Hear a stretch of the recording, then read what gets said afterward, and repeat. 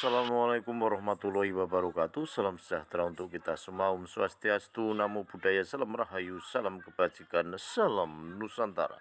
Dari Padepokan Kopi Konsultasi Rohmi di TV-ku mengabarkan, Pak Edi tetap akan menjadi sebuah tokoh muda yang peduli terhadap pertanian. Nah ini mohon maaf, tadi Pak Kepala Dinas ini kan ke depan ini akan menerapkan biosaka di lahan pasir. Nah sekarang pertanyaan saya, bagaimana yang nanti itu supaya program penerapan biosaka ini lebih efektif terkait dengan lahan pasir yang seperti Bapak coba sekarang ini? Oke, terkaitan penggunaan biosaka ya Pak. Alhamdulillah lahan ini sudah 3 kali aplikasi biosaka dari umur 18 hari sampai sekarang 3 kali aplikasi. Rencana hari ini juga aplikasi Pak. Nah, hanya harapan ini sudah mengurangi pupuk kimianya Mak, karena dengan pupuk Hayati dari Madukesmo, pupuk Majemuk Hayati dari Madukesmo, dari Vinase hasil olahan tebu itu sangat sudah menghemat 30% dari pupuk kimia, pupuk sintetis. Nah, apalagi ditambah dengan pemberian biosaka. Itu memang sangat kelihatan dari anak-anak yang biasanya di musim penghujan seperti ini itu anaknya hanya 10, 11, ini bahkan ada 14 ini, 14, 15, 14 anakannya, nanti pecahnya bisa dilihat. Penyemprotan itu kalau di wilayah lahan pasir di sepanjang pantai ini jam-jamnya jam berapa Pak Edi? Ya kurang lebih sekitar jam pagi lah Pak. Pagi itu setengah 7 sampai jam setengah 8 itu belum ada angin. Oh gitu. Oke. Di atas jam 8 sudah angin sudah kencang di sini Pak. Bahan untuk mendapatkan ramuan biosaka itu di sini sangat mudah ya? Mudah sekali. Harapan kami dengan apa yang sudah kita coba dan mungkin dari Bapak Kepala Dinas Pak Kadis Pertanian Kabupaten Bantul yang telah menerapkan biosaka itu sangat istimewa. Semoga ilmu-ilmu tersebut bisa bermanfaat untuk kami petani. Apalagi kayak sekarang harga cabai mulai anjlok lagi. Nah, kalau kita tetap masih mengandalkan pupuk sintetis kimia, ya itu ya repot sekali Pak. Gitu loh.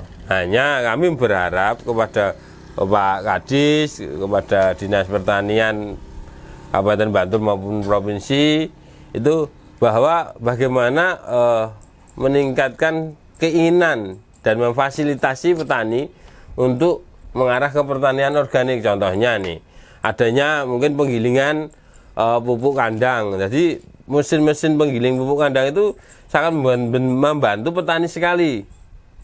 Karena apa Pak? Kita ini lahan pasir bisa tumbuh karena ya itu tadi, karena kohe ayam, kohe sapi dan sebagainya yang menjadi kompos. Tetapi yang terjadi di masyarakat itu memang kurang.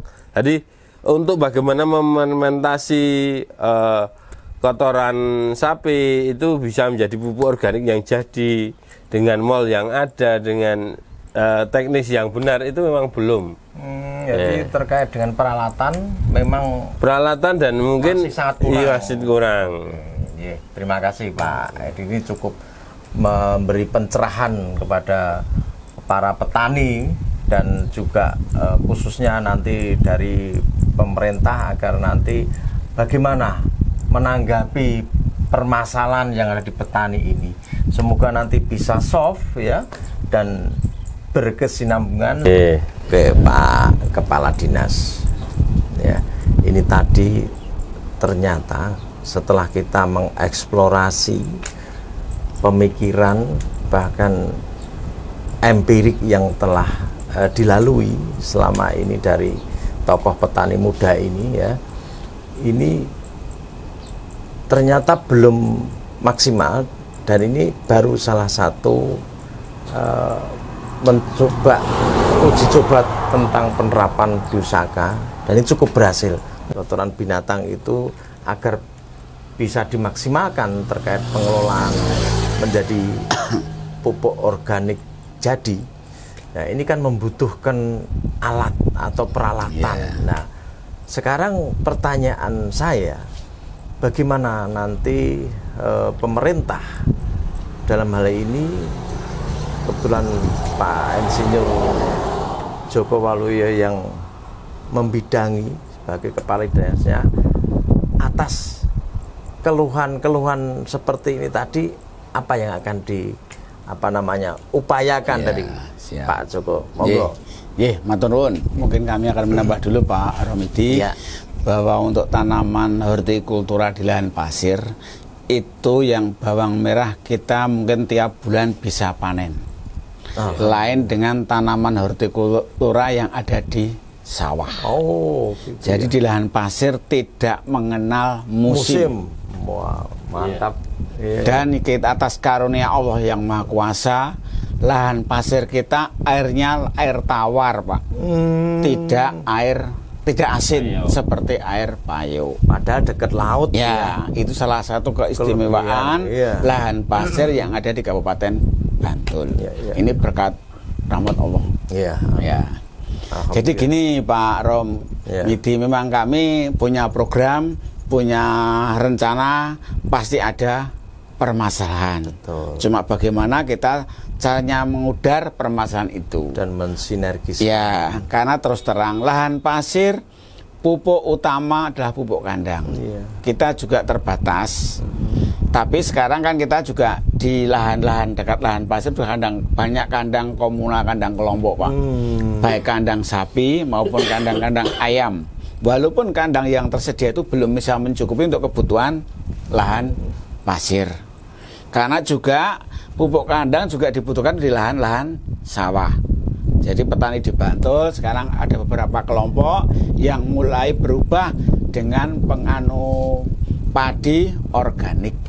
Jadi dia hanya pakai pupuk organik, tidak menggunakan pupuk anorganik. Karena harganya lebih tinggi nilai produksi harga produksinya dibanding dengan beras atau gabah yang dari pupuk anorganik.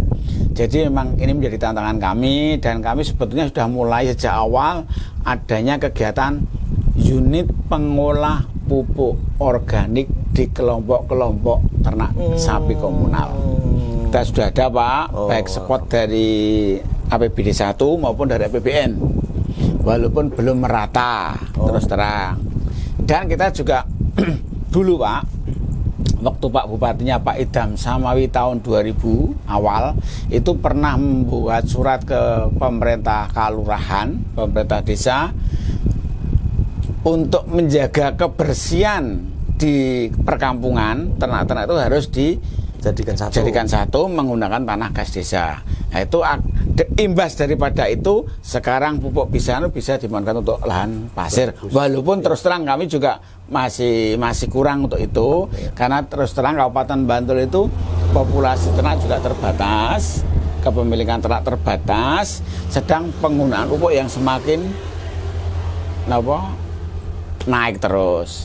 Nah, kita juga lewat beberapa baik ke pusat maupun ke APBD 1 maupun APBD 2 untuk minta penambahan populasi ternak maupun alat-alat, dan kita juga memulai pemberian bantuan-bantuan kepada kelompok-kelompok, yaitu rumah bibit untuk pembangunan, untuk mengecambahkan bibit itu ada rumahnya pakai terus ada semacam alat pengolah menjadi pasta maupun menjadi bawang goreng di beberapa kelompok. Mantap. Jadi nanti ke depan Bantul program utama sektor pertanian agro hortikultura. Oke. Terima kasih Pak Joko Waluyo. Ini sebagai petani dan mewakili masyarakat petani, pokoknya saya mendukung 100% apa yang menjadi harapan Pak Joko semoga terrealisasi. Sebagian wujud dari kami masyarakat mewujudkan bagaimana visi misi Ngarso Dalem, yaitu Gubernur Daerah Istimewa Yogyakarta, yaitu visi misinya adalah Among Tani Dagang Layar. Nah, di situ harapan kami untuk stasiun selain agrowisata kita butuh pasar, Pak. Dalam arti baik itu pasar lelang, pasar-pasar yang ada sebagai mendukung visi misi gubernur itu benar-benar terrealisasi. Jadi istilahnya Among Tani Dagang Layar itu benar-benar terrealisasi, tidak hanya sebuah tulisan saja. Masyarakat juga butuh sesuatu yang bisa dilihat, dirasakan dan dinikmati. Nah, itu yang kami harapkan sebagai masyarakat, Pak. Jadi saya mungkin tadi atas permintaan Pak Edi, kita sudah Pak sudah merencanakan pembangunan pasar lelang.